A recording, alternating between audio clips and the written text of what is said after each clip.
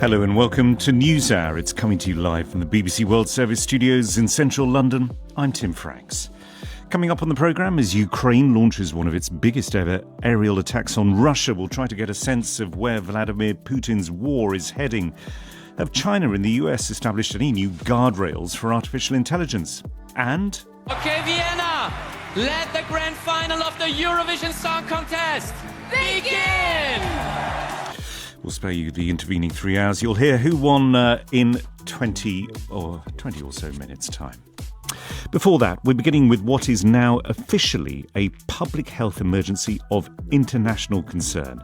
That's what the World Health Organization is calling the outbreak of Ebola in the Democratic Republic of Congo. And perhaps even more concerning than that is the warning from the WHO that the current outbreak may actually be much larger than what's so far been detected and reported. So what do we know? Well, the latest figures show that there have been more than 250 suspected cases, about 80 deaths reported. There's been a case in the eastern DRC city of Goma today, which is under the control of the M23 rebel group. And there have also now been cases picked up in the Ugandan capital Kampala, as I've been hearing from the Ugandan government spokesman, Alan Kasuja. There's been a second case of Ebola confirmed in Uganda, and again, an imported case like the first one where we had someone from Congo come into a hospital and die at the hospital, and his body was then taken back to Congo. This other person also died at a hospital having come to Kampala for treatment. There are no local infections, so there is no Ugandan that has been infected with Ebola at the moment. All the cases that we have been imported. And again, because we have a lot of experience in tracing and tracking people who may be linked to these two cases, health workers, relatives have all been identified and put in isolation for management. So we are in control of the situation. And typically what happens in a situation like this, Uganda's very experienced, again, Ebola experts put measures in place in places like the border to make sure that anybody who's presenting symptoms doesn't cross. And that is happening already. At a very high level, the leaders of both countries are speaking to make sure that measures are in place. And the sort of discussions that are happening are things like, what can we do from this side to support the government on the other side? But as I speak to you right now, it's a glorious Kampala afternoon. I'm hanging out with my family at one of the restaurants, and there are people around me doing pretty much the same thing. So life goes on in that sense. The messaging coming from government is very clear. If you see anybody with symptoms, and those symptoms are well known, high fever, diarrhea, vomiting, please make sure that you contact the nearest health center, because from experience, we know that if you catch it early, if you're able to identify or test or detect Ebola early, it's easy to manage, and your survival rate increases significantly. Ugandan government spokesman Alan Kasuja. Few people know more about Ebola than Peter Piot. He's now the Professor of Global Health at the London School of Hygiene and Tropical Medicine. But back in the 1970s, he was the young microbiologist who first discovered the Ebola virus and led the efforts to contain the first recorded epidemic. So, given his experience and expertise, and also given what a nasty disease we already know Ebola is, what's particularly concerning him about this outbreak? I am quite concerned about what's going on now, and I'm very much welcome the WHO, World Health Organization, declaration of a public health emergency of international concern, which was very prompt and appropriate. And a few reasons for that. One, this epidemic is caused by Bundibugyo virus. This is one of 5 Ebola strains, and there are only 2 previous outbreaks, pretty small, in 2007, 2012, in the same area, frankly. And why is this important? Because the diagnostic tests that we use for Ebola don't really capture these infections. That's one of the reasons that there was some delay in identifying that this is Ebola outbreak. 2, available vaccines, we don't know whether they work against this Bundibugyo strain, and the treatments certainly don't work.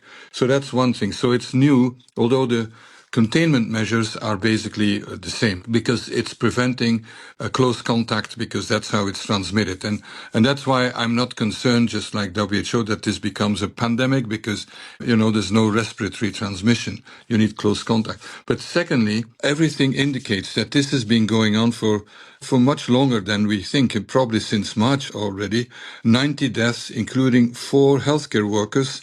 And they've been occurring in different clusters in Ituri province, plus 2 cases in Kampala, confirmed cases not related to each other, a case in Kinshasa, now also a case in Goma, which is a town at the border with Rwanda on Lake Kivu, and where we have like 1 million refugees from the area. All that indicates that there are already several sources of infection and of transmission going on.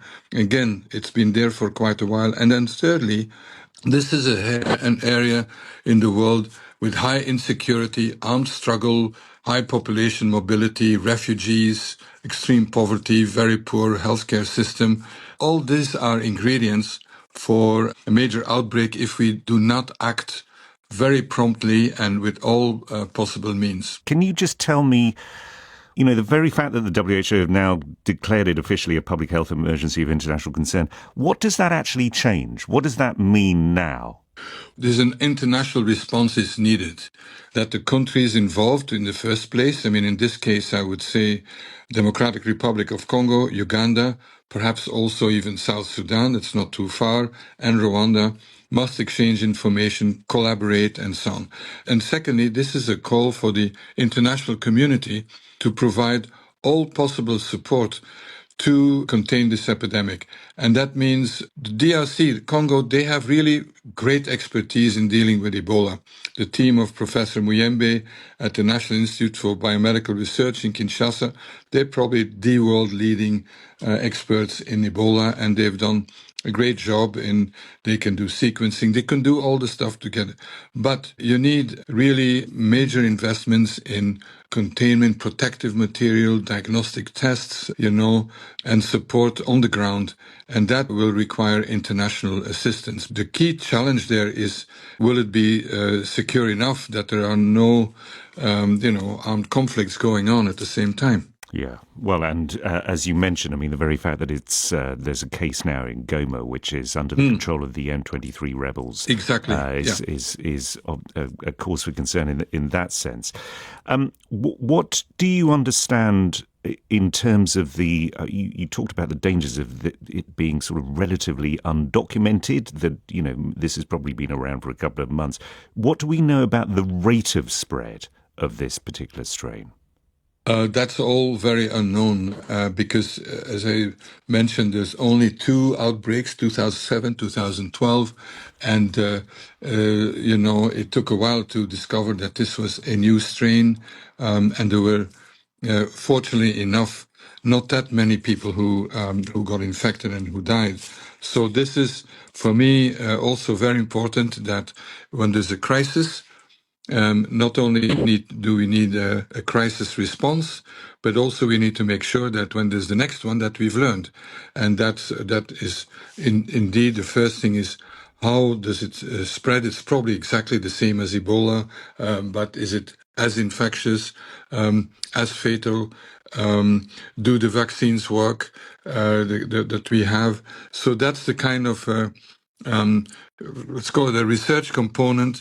That's not just academic research, but it's really learning on the spot so that we are better equipped for later. And that has been done very well in Congo up to now, and even in West Africa, because that's how we could demonstrate that that the vaccines work.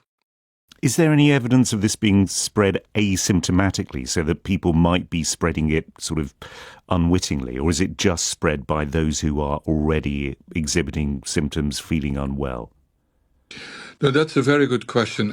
It's clear that the overwhelming majority of infections, of contaminations, are from people who are symptomatic, because you need exposure to body fluids. This can be, blood, vomit, stool, and so on, sweat even, and that's the main one. But we have some evidence from both from in Congo and from West Africa that some survivors are carrying the virus in their semen, for example, and that there can be some transmission out of that. But at the moment, I would say that's unlikely to be the case, and the all attention should be to isolate people who have been in touch with anybody who has been in contact and until the incubation period, which can be a few weeks, is over. Can I just ask, and I know that, you mentioned Ebola outbreaks are thankfully relatively rare. And obviously this is a place that is incredibly poor, has poor healthcare provision, is very insecure. But against that, do you get a sense that there is a greater understanding among populations now about, in these potentially exposed areas, about Ebola, so that, when the news comes that there's an outbreak, people do understand to an extent the precautions they need to take? There's less stigma, maybe, and more of an understanding that traditional burials may have to be suspended, that sort of thing? Or do you think actually it's still a really, it's still a really, really tough thing to get people to change their behavior? Well, that latter is always the case, regardless whether it's to stop smoking or have change particularly in funeral rites. But no, I've not been in the region. Certainly, I was there in 2019 when there was the other Ebola epidemic, and after a while, people do change their behavior, particularly when they see the death toll. That is happening, but it's not always easy. There's an epidemic often of rumors, of false information, and so on. So at the same time that we organize, or that the people locally organize, containment, care for patients, because it's really a very horrible way of dying, that one needs to make sure that we invest in proper communication and information, and using particularly community leaders. Often that's both the traditional leaders and religious leaders, to make sure that these safer behaviors are being adopted on a large scale. But people know the area, know that what Ebola is, because they've been exposed to it a few years ago.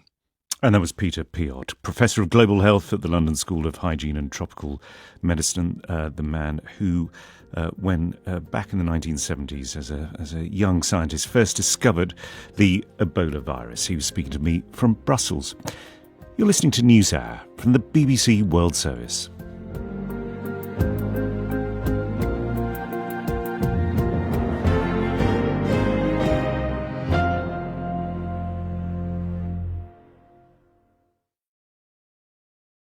And coming up on the programme, we'll be hearing about the International Booker Prize shortlisted novel The Nights Are Quiet in Tehran, written by the German-Iranian author Shida Baziar.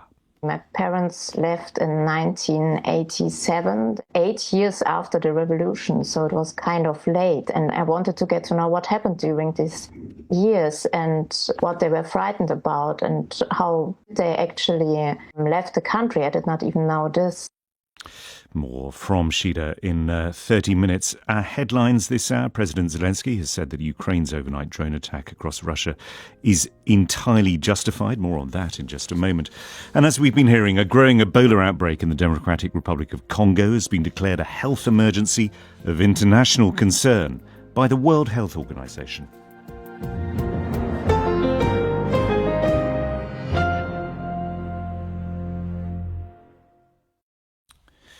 This is NewsHour from the BBC. I'm Tim Franks. Deep into the fifth year of Russia's full-scale invasion of Ukraine, are we reaching a key moment in this war? There have been lots of reports recently, lots of assessments that the Russian campaign, maybe even Vladimir Putin himself, is under pressure as rarely before. Just overnight, Russia came under what may have been the biggest Ukrainian drone attack since February 2022. A swarm of hundreds with a range of targets, including the main oil refinery close to Moscow. Officials say at least 3 people were killed in the region around the capital. Owen Matthews is an associate editor of The Spectator here in the United Kingdom, and he's the author of Overreach, the inside story of Putin's war on Ukraine. Owen, welcome to NewsHour. How significant do you think it is that more and more of the Russian population is potentially exposed to these Ukrainian drone attacks? Hello, Tim. It's significant insofar as for the best part of the last 4 years, most Russians, particularly those in Moscow and St. Petersburg, have been pretty comprehensively sheltered from the reality of war. The war is coming home. The bigger question is, what is it going to take to change Putin's mind? And that is something that is essentially unknowable. We can't see inside that black box of the top of the Kremlin. What we are seeing is, over the last weeks and months, an unprecedented rise in public discontent, let's not say criticism of Putin or the war, but certainly public discontent in social media. And we're also seeing people speaking out about the crumbling Russian economy. And we're also seeing, as over the last 24 hours, a marked increase in Ukraine's drone strike capacity deep inside Russia. So that's clearly something that the Kremlin is going to have to deal with, and something is shifting. The question is to what extent that has to shift in order to get Putin to end his war. Right, and I suppose, yes, that will be unknowable, but your fundamental point, which is, I guess, one way of looking at it is that for the Russians this is a war of choice rather than a war of survival, means that one imagines there may be growing pressure on the Russian leader. That's exactly right. So to people who say, the Russian economy is suffering, but the Ukrainian economy is destroyed, that's true, but it wasn't the Ukrainians who started this war. To those who say, well, Ukraine has suffered, from massively sustained bombardments for 4 years, and Russia is just starting to feel the first sort of prick of its own medicine, as it were. That's also true. But again, you're absolutely right. It was Russia which started this full-scale invasion back in 2022, and it's only Putin that has really the agency to put an end to it.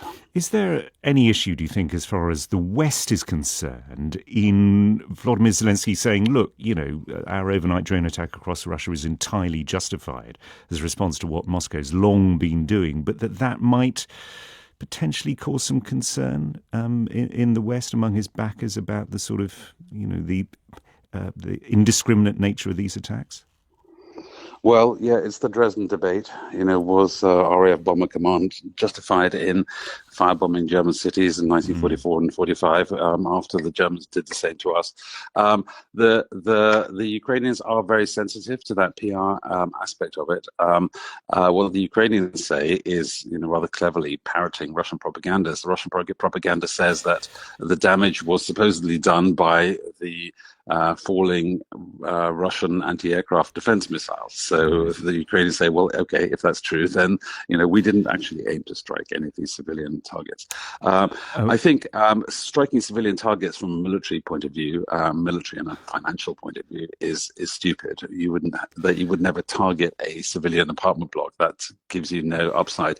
Understood. Clearly, Owen, I'm afraid we're running out of time, but I do appreciate your expertise. Thanks very much for coming on the programme.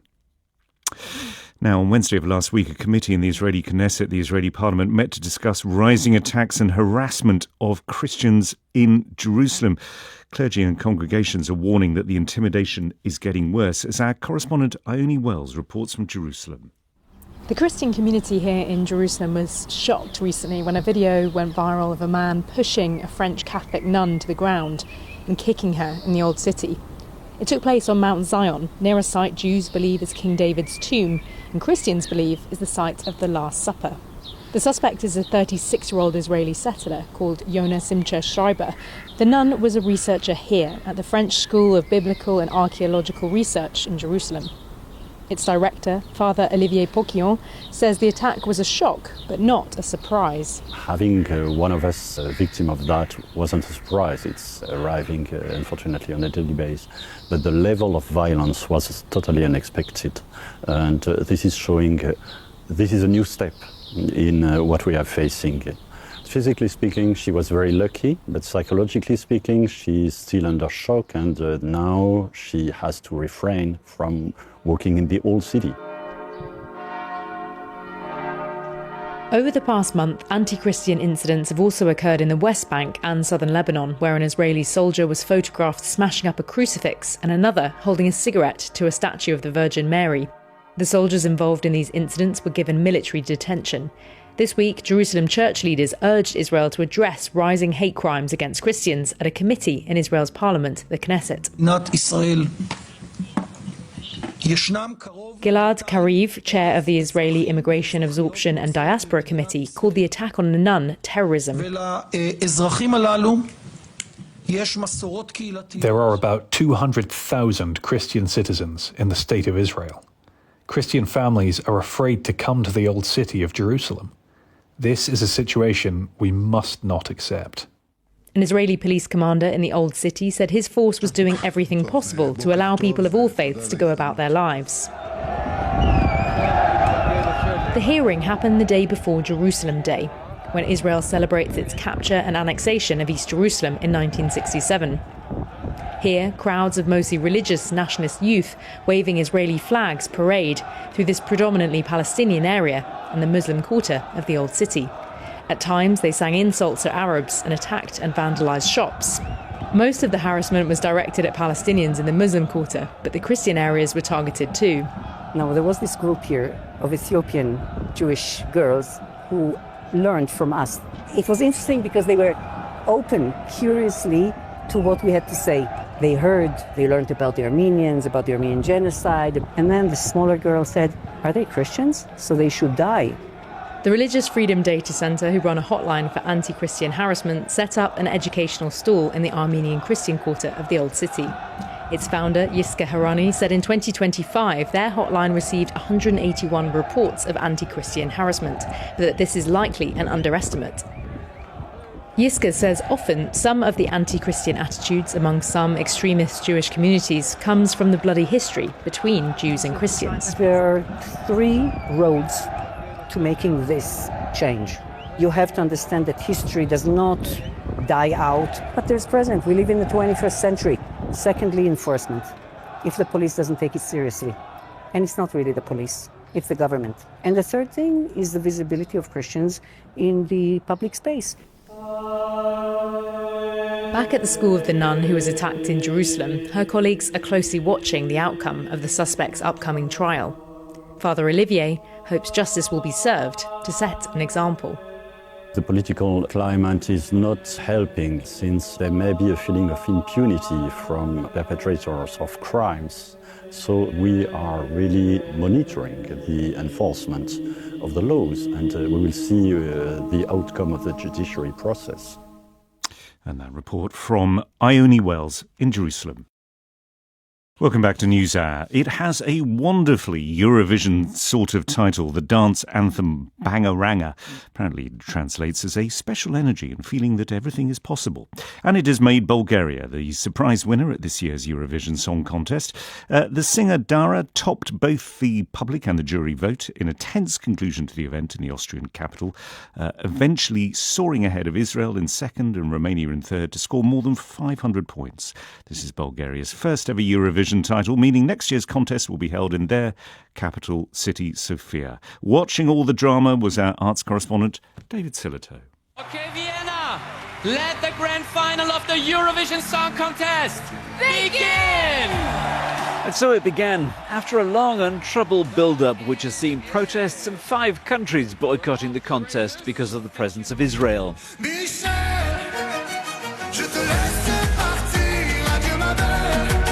Was represented this year by Noam Betan. With tightened security surrounding the stage, his performance took place without incident.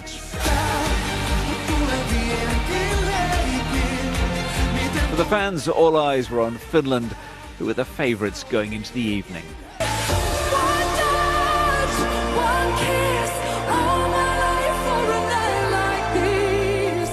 However, Australia's Delta Goodrem had also risen up in the betting odds with this show-stopping performance. The singer and former Neighbours star looked as though she could bring Australia its first taste of Eurovision glory.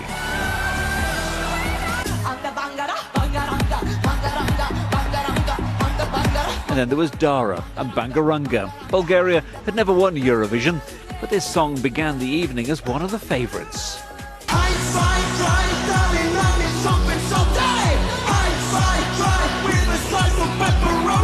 For the UK and Ein Zwei Drei by Look Mum No Computer, otherwise known as Sam Battle, it was sadly a familiar story. For the third year running, the televote delivered the dreaded null point.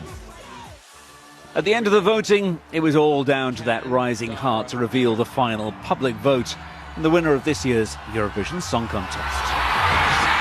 She's only gone and done it. Banga, banga, banga, banga, banga, banga. I'm absolutely excited for her. It's a very, very big surprise. Israel proved once again popularity in the televote, but it was very much Bulgaria's night with a win for Bangaranga. Bangaranga, Bangaranga, Bangaranga. David Sillito with Bangaranga Fever. And last night's winner, Dara, spoke before the contest about what the song means to her. Bangaranga is this inner feeling that everything is going to be all right and that everything is possible. I've been having battle with anxiety, and one thing that helped me was having this inner conversation with myself and asking myself, what's the value, my value? And I found that being who you are and staying authentic to who you are is the most powerful thing. Bulgaria's Eurovision winner Dara on the big meaning behind Bangaranga.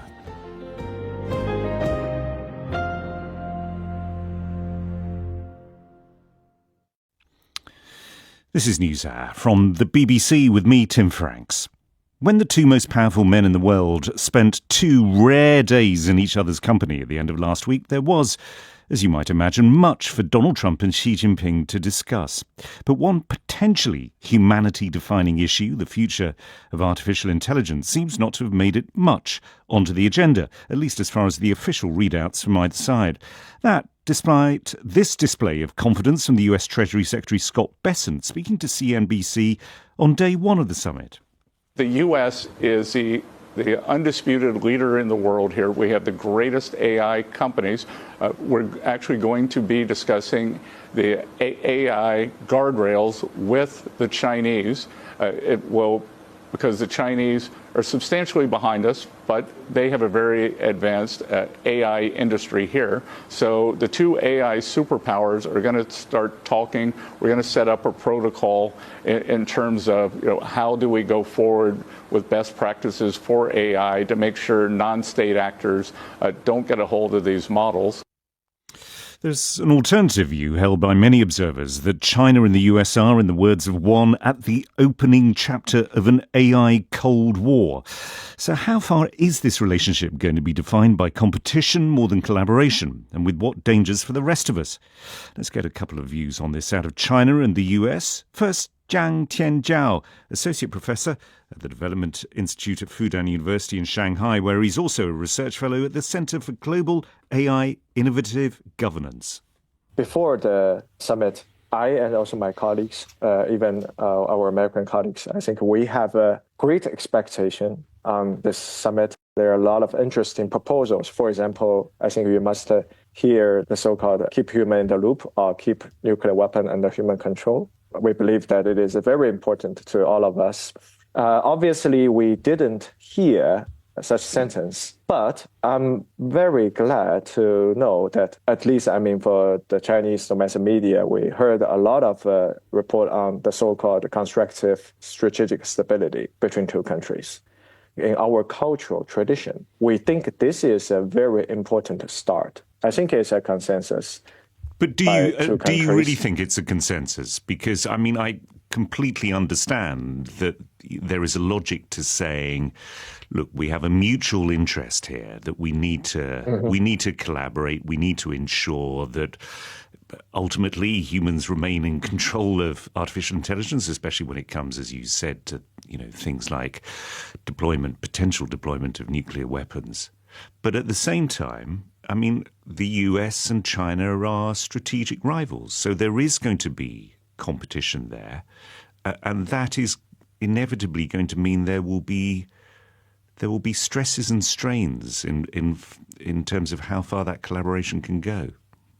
Obviously, both countries will continue their AI race, but at the same time, I mean, for the past years, we have spared no efforts in trying to set guardrails for both sides, because there are a lot of scientific reports. They said that the more advanced the AI we have, more likely we will face the so-called existential risks. But when you talk about guardrails, I suppose it's also the question of where you set those guardrails. And, you know, one observation that is made is that a lot of Chinese models of artificial intelligence are open source. So the way in which they're constructed, it's freely published. The code is freely published. And, you know, there's an argument in favor of that, saying, well, that just, you know, shows that more people can join in and benefit, and the debate can be much more energetic.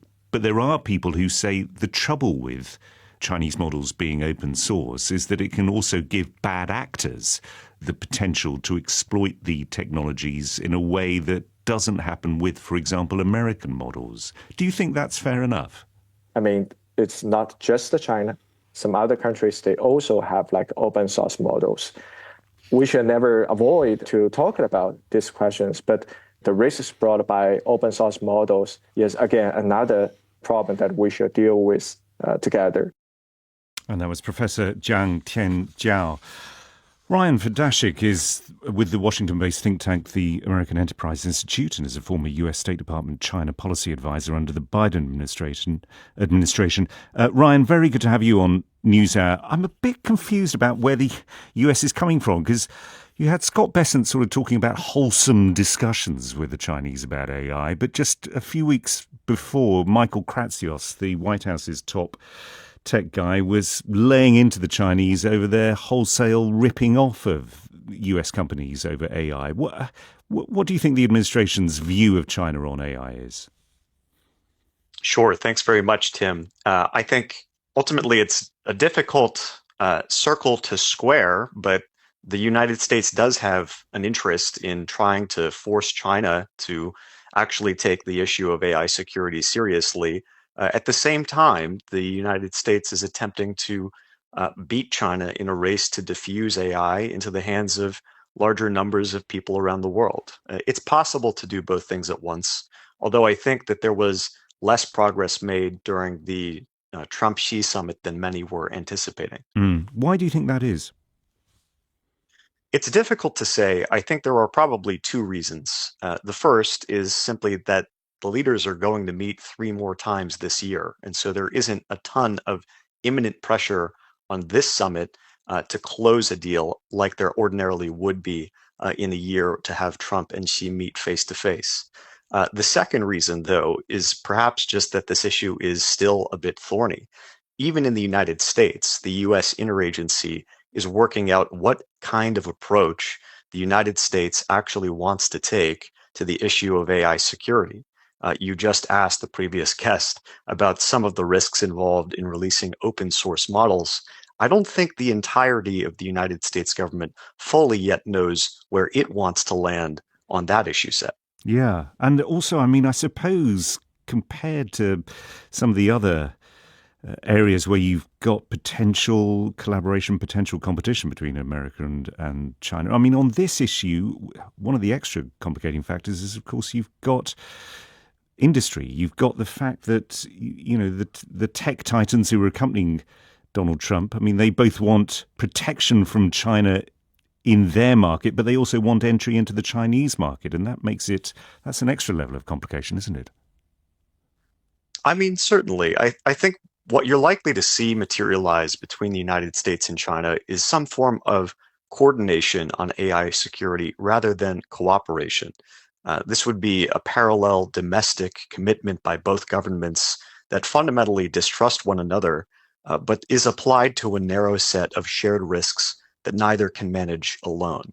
In extremely simple terms, I think what we're really looking for is for Chinese AI labs to coordinate the release of their models and their code with China's own cybersecurity emergency response center, just like our AI labs are doing with the American AI Safety and Innovation Institute.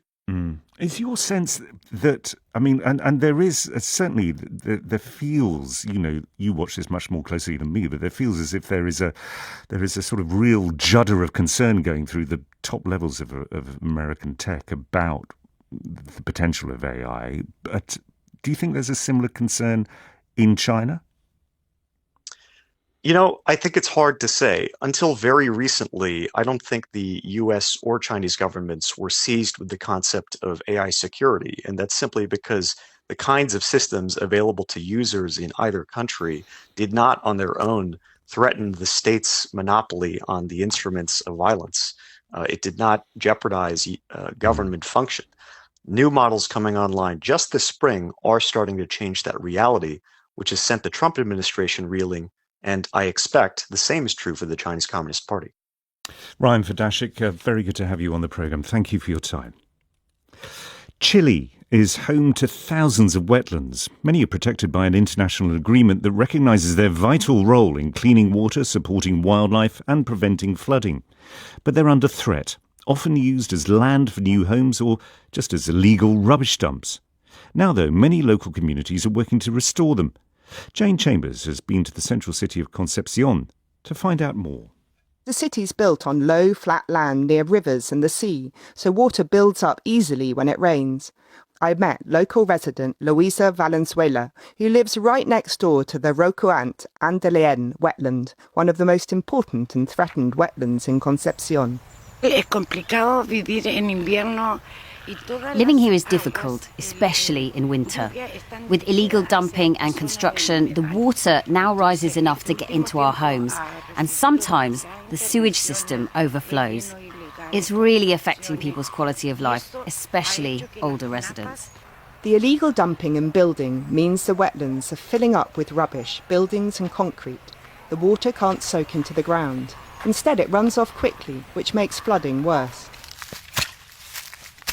I'm in Louisa's local wetland, and she's jumping up and down, showing me how springy the ground is. She wants me to understand that wetlands are giant sponges. Beneath the surface, water flows through hidden channels, helping them soak up rain so it doesn't rush into streets and homes. The wetlands then release the water slowly, reducing the risk of flooding. And jumping with her is someone who has a plan to use wetlands as a solution. Nature-based solutions involve developing infrastructure that imitates nature in order to restore the riverbank and reconnect it with the floodplain. That's Loreto Arriagada, the local coordinator for Audubon, an international non-profit environmental organisation. Loreto thinks government money could be better spent on this issue. At the moment, most money goes into dealing with floods after they happen. This project is about prevention, fixing the wetlands so flooding doesn't happen in the first place. Once the funding's there, the project involves removing landfill sites and small illegal dumps. They'll create terraces with drainage so water can soak into the ground and flow naturally. It will also reconnect the wetlands water system and restore the riverbanks, so water can move between the river and the wetland, spread out and soak into the soil. This helps reduce flooding during heavy rain and protects nearby homes. Luisa wants Loreto's project to go ahead so that more of her beloved wetland is restored to its former glory. And she wants to show me some of the things she loves about it, including a space in the heart of the wetland. We're just entering the magic forest and there's a sign, a brightly coloured sign with a dragonfly. Tell me about it, cuéntame.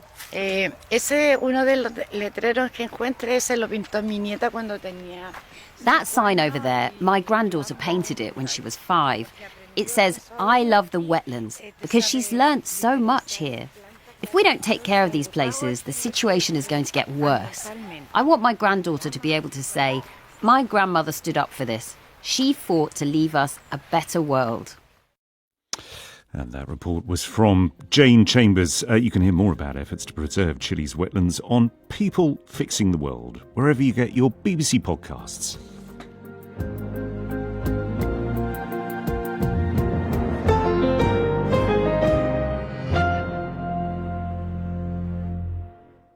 This is NewsHour, live from the BBC World Service. I'm Tim Franks. This Tuesday evening, the International Booker Prize will be awarded in London. It's for the best book to be translated into English, published in the past year. And the prize money of almost $70,000 will be shared equally between the original author and the translator. On our sister BBC World Service programme Weekend, we've been hearing from all of the nominees in the run-up to this year's event. Today's novel is The Nights Are Quiet in Tehran, written by Shida Baziar, translated by Ruth Martin. It's a family saga that begins in Tehran in 1979 with the story of Behzad, a communist agitator fighting in the streets against the forces of the Shah. The book moves on from 1979. Each chapter leaps ahead 10 years and the narrator changes. So you next hear from the mother, Nahid, as she adjusts to exile and life in Germany in 1989. Then from the daughter, Laleh, who makes a visit to Iran in 1999. And lastly, from the brother Mo, an apolitical student in Germany doing his best to ignore Iran's Green Revolution of 2009. Exile, the legacy of the Iranian Revolution and family are what drives the story. My colleague Julian Warwicker caught up with Shida Baziar and Ruth Martin. Shida began by telling Julian that her research started by simply speaking to her parents. I started the interviews because I wanted to know more about my own story, and I asked them a lot of details I needed them to write. So, for example, I wanted to get to know how they could find out who is part of their group, but I also wanted to find out their story. For example, when did they notice they have to leave the country? My parents left in 1987, 8 years after the revolution, so it was kind of late. And I wanted to get to know what happened during these years and what they were frightened about and how they actually left the country. I did not even know this. And of course, not all of this is part of the novel, but I could understand more about their feelings. I mean, you anticipate my next question in a sense, because here we are seeing the story over various different periods of time, starting in 1979 and the overthrow of the Shah, through the eyes of four different characters. How much of your parents' story appears through the eyes of those four people that you've created? When we are just regarding the facts, almost everything is kind of similar to my parents' story. But Behzad and Nahid, the parents in the novel, they are made up. Ruth, this is written originally in German by Shida. Obviously, you've translated it into English, but it's steeped in Iran. And I wonder whether that was an extra challenge for you in producing the translation that you have. Oh, I love research, so I was always going to do that. But I would say, because Shaida's a German author and she's writing for a German language readership, that a lot of the things that might have seemed more, less familiar to me were already kind of explained for that Northern European audience. So I didn't have as much work to do there as I would have if it was written in Persian, for example. And you're translating a book which is seen through the eyes of four different main characters. So they're different personalities, different modes of speech, different descriptions of what's around them. What does that do for the challenge that you then face in translating it? It's really intimate narration as well. You feel it's very easy to feel empathy with these characters because you feel like they're confiding in you. And they were so different and so strong in the German that I just followed Shida's writing, really. And some of them were easier, obviously. Laleh is kind of a similar age to the age that I was in the late 90s. So I kind of just channeled my teenage self with her, and the parents were maybe a bit more of a challenge. But often translators find a lot of details you did not think about so much. And Ruth, of course, she also found some mistakes I made, like small parts of the story where you suddenly say something, somebody is doing something, and you're not telling the steps before it, what happened before it. And that was part of the process, and I really liked it. Were you aware, Ruth, of just how curious you were being as this process went on? I think translators are the closest readers of a book. So, this kind of always happens. Anything that will get past an editor and a copy editor, a translator will definitely pick it up. I wanted to ask inevitably, Shida, here we are talking about a book which is called The Nights Are Quiet in Tehran, at a time when too often they haven't been quiet. I wonder how much that has played on your mind in recent months.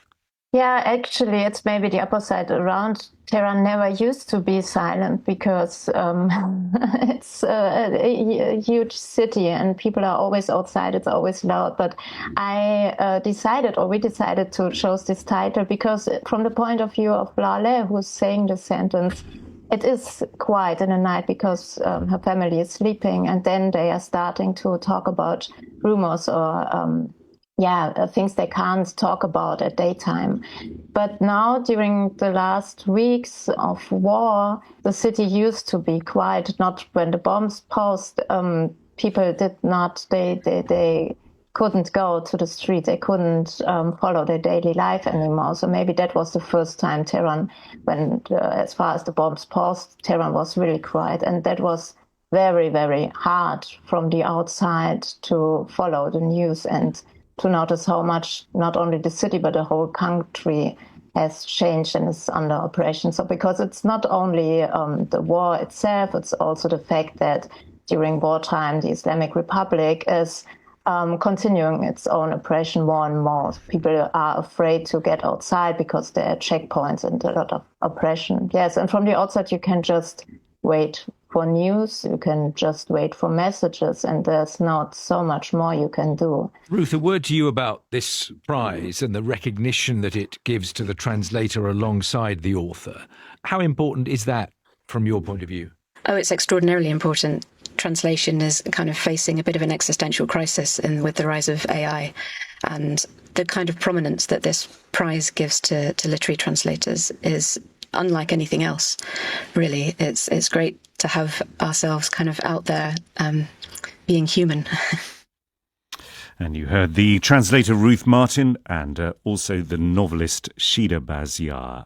Their book, The Nights Are Quiet in Tehran, is one of 6 potential winners of the International Booker Prize. It will be announced in London this coming Tuesday. I dare say it will be a story that we will pick up on the edition of NewsHour on Tuesday evening coming out of London. That's it from this edition of NewsHour, though. From me, Tim Franks, and the team here in London, thank you very much for your company.